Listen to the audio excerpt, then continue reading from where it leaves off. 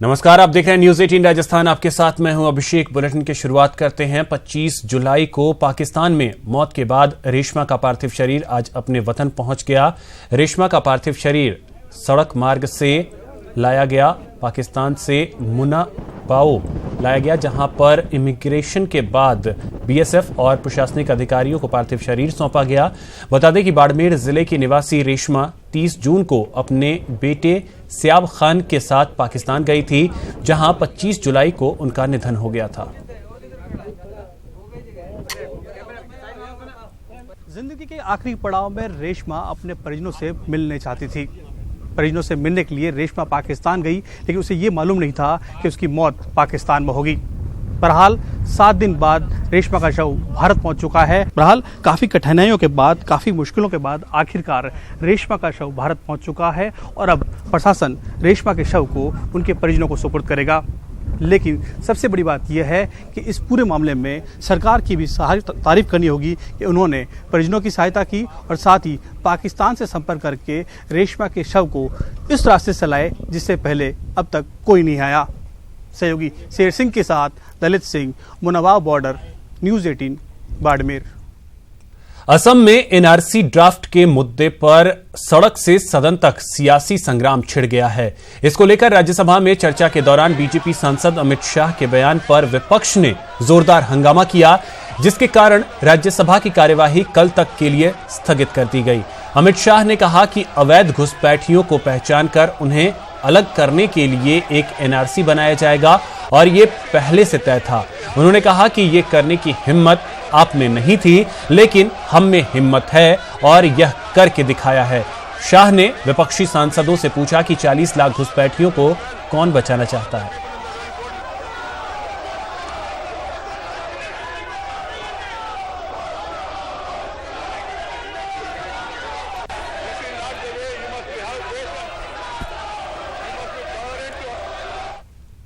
संसद के बाहर भी टीएमसी, आप, एसपी ने मोदी सरकार के खिलाफ नारे लगाए। सभी ने एनआरसी में भेदभाव करने का आरोप लगाया। इसके साथ ही असम में अवैध घोषित किए 40 लाख नागरिक को पुनर्वास करने की मांग की।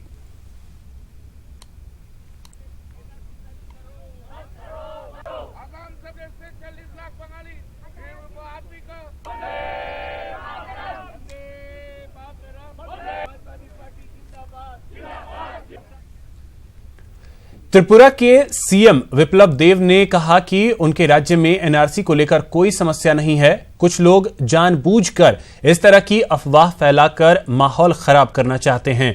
विप्लव देव ने यह भी कहा कि असम में एनआरसी से शुरू हुई समस्या का समाधान जल्द निकल जाएगा। विप्लव देव नागपुर में अपनी पत्नी के साथ आरएसएस की शाखा आए थे। यहां उन्होंने आरएसएस के संस्थापक हेडगेवार की प्रतिमा पर फूल भी चढ़ाए।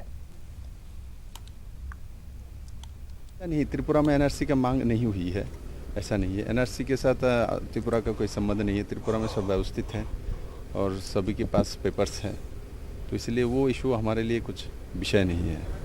और ऐसे में भी वो भी असम में भी कोई बहुत बड़ी सेंसिटिव इशू ऐसा हमको नहीं लगता।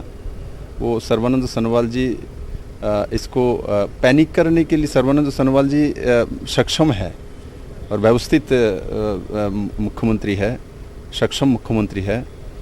कुछ लोग पैनिक करने के लिए ये एक वातावरण तैयार करने की कोशिश कर रहे हैं।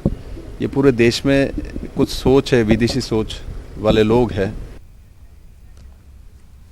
दिल्ली के पार्लियामेंट लाइब्रेरी बिल्डिंग में बीजेपी पार्लियामेंट्री मीटिंग हुई। इस मौके पर पीएम मोदी, राष्ट्रीय अध्यक्ष अमित शाह, गृह मंत्री राजनाथ सिंह, वरिष्ठ नेता लालकृष्ण आडवाणी समेत कई वरिष्ठ बीजेपी नेता मौजूद रहे। इस दौरान प्रधानमंत्री नरेंद्र मोदी का मुंह मीठा कराया गया, साथ ही उन्हें माला पहनाकर सम्मानित भी किया गया।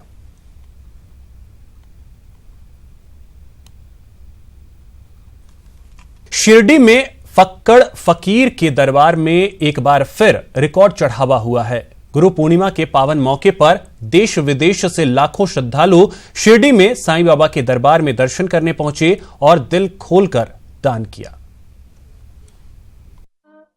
जमाने में कहां टूटी हुई तस्वीर बनती है, तेरे दरबार में बिगड़ी हुई तकदीर बनती है। वो साईं हैं, तारीफ तेरी वो दयालु हैं, दिल से वो करुणा का सागर हैं। बन के कव्वाली वो अपने भक्तों पर कृपा बरसाते हैं। भक्त एक कदम बाबा की ओर बढ़ाते हैं, वो 10 कदम आगे आकर अपने भक्तों को थाम लेते हैं, उनके दुख दर्द दूर करते हैं, सबको सबका मालिक एक है का सबक सिखाया, श्रद्धा और सबूरी का मार्ग दिखाया। तभी तो हर साल गुरु पूर्णिमा के पावन मौके पर शिरडी में साईं के दरबार देश विदेश से लाखों श्रद्धालु आते हैं।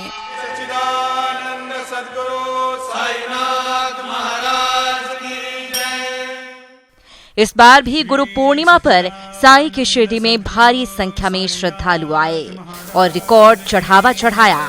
फक्कड़ फकीर के दरबार में इस साल गुरु पूर्णिमा पर 3 लाख से ज्यादा श्रद्धालु आए। कुल 6 करोड़ 66 लाख का चढ़ावा आया, जिसमें दान पेटी में 3 करोड़ 84 लाख का चढ़ावा आया। डोनेशन काउंटर से 1 करोड़ 57 लाख रुपए, ऑनलाइन चेक और मनी ऑर्डर से 1 करोड़ 14 लाख का सोना चांदी चढ़ाया गया। विदेशी मुद्रा से 11 लाख 25 हजार का चढ़ावा आया। 3 लाख से ज्यादा भाविकों ने आके साईं बाबा के दर्शन लिए हैं। इस दरमियान में बड़ी संख्या में हमें डोनेशन मिला है। टोटल 6.66 करोड़ का डोनेशन हमें प्राप्त हुआ है। हर साल गुरु पूर्णिमा उत्सव के मौके पर बाबा के दरबार आने वाले श्रद्धालुओं की संख्या में इजाफा होता है। हर साल श्रद्धालु दिल खोल कर दान करते हैं और दान का रिकॉर्ड साल दर साल बढ़ता जा रहा है। पिछले साल गुरु पूर्णिमा पर 5 करोड़ 52 लाख का चढ़ावा आया था। इस साल दान में 1 करोड़ 14 लाख रुपयों की बढ़ोतरी हुई है। इसके अलावा 1 करोड़ से ज्यादा का दान वीआईपी दर्शन सिस्टम से आया है। आपको बता दें कि साईं संस्थान के पास 2180 फिक्स डिपॉजिट हैं, जिसमें 500 किलो सोना और 4700 किलो चांदी है। मंदिरों के दान की बात की जाए तो तिरुपति के बालाजी दुनिया के सबसे धनी देवता हैं। तिरुपति बालाजी की सालाना कमाई 600 करोड़ रुपए से ज्यादा है, जबकि वैष्णो देवी मंदिर की करीब 500 करोड़ सालाना, साईं मंदिर शिरडी की करीब 400 करोड़ सालाना, जबकि सिद्धि विनायक मुंबई की 100 करोड़ से ज्यादा की सालाना कमाई है। लेकिन दान के मामले में अब बाबा के दरबार में भी साल दर साल इजाफा हो रहा है। हर साल दिल खोलकर भक्त दान करते हैं और शिरडी के फक्कड़ फकीर के खजाने को भर जाते हैं। Bureau report, news 18 network. उठा उठा श्री साईनाथ।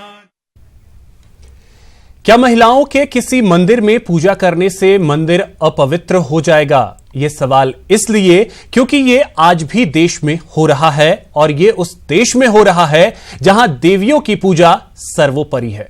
देखिए एक रिपोर्ट।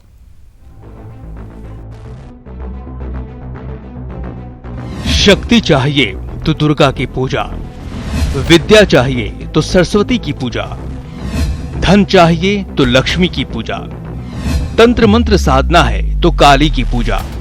फिर महिलाओं के मंदिर प्रवेश पर पाबंदी क्यों? ये सवाल इसलिए उठ रहा है क्योंकि 21वीं सदी में भी देश के कई मंदिरों में महिलाओं के लिए नो एंट्री का बोर्ड लगा हुआ है। यूपी के हमीरपुर और गुजरात में कुछ ऐसा ही हो रहा है। यहाँ आम के साथ खास महिला का भी अपमान मंदिर शुद्धिकरण के नाम पर किया गया। पहले हम आपको यूपी के हमीरपुर लिए चलते हैं। यहाँ एक प्राचीन मंदिर को इसलिए धोया गया क्योंकि इसमें किसी महिला ने दर्शन के लिए प्रवेश कर लिया था।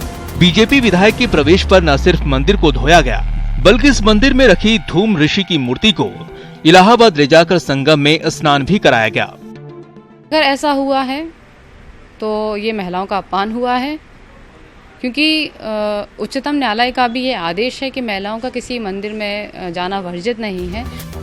एक तरफ यूपी में समाज के ठेकेदारों ने बीजेपी के महिला विधायक का अपमान किया, वहीं दूसरी तरफ गुजरात के बोटाद के अड़ावली गांव में भगवान शिव के मंदिर में नोटिस चिपकाकर दलित महिलाओं के प्रवेश पर पाबंदी लगा दी गई। हालांकि प्रशासनिक दखल के बाद मंदिर को सभी वर्ग की महिलाओं के लिए खोल दिया गया। पूरे गांव ने मिलकर ये फैसला किया कि सभी मंदिरों में सभी महिलाओं और सभी वर्ग के लोगों को प्रवेश दिया जाएगा। लेकिन मंदिर को लेकर महिलाओं के अपमान का ये सिर्फ 2 मामला ही नहीं है। केरल के सबरीमाला मंदिर में महिलाओं के प्रवेश का मामला भी सुप्रीम कोर्ट में चल रहा है, जहां बीते गुरुवार को सुप्रीम कोर्ट ने साफ किया कि महिलाओं के मंदिर प्रवेश मामले में संवैधानिक सिद्धांतों के आधार पर रीति रिवाजों को जांचा जाएगा। संविधान लागू होने के बाद सब संवैधानिक विचारों के हिसाब से होना चाहिए। बता दें कि सबरीमाला मंदिर में 10 से 50 साल की महिलाओं को प्रवेश पर प्रतिबंध है और याचिकाकर्ताओं ने कहा है प्रतिबंध हटाने पर एक और अयोध्या जैसी स्थिति उत्पन्न हो सकती है। साफ है, देश के उत्तर से लेकर दक्षिण तक समाज के ठेकेदारों की महिलाओं को लेकर मानसिकता 21वीं सदी में भी वैसी ही है जैसी 17वीं सदी से पहले थी। Bureau report, news 18 network.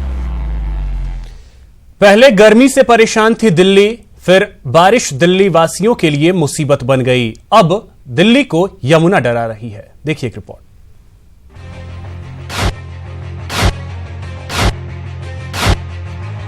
कल की यमुना आज तांडव के लिए तैयार। कल की यमुना आज हाहाकारी दिख रही है। कल की यमुना आज यमराज की बहन दिख रही है। जी हाँ, मॉनसून की बारिश ने दिल्ली वासियों को गर्मी से जरूर राहत दी, लेकिन इसी बारिश ने यमुना को हाहाकारी बना दिया है।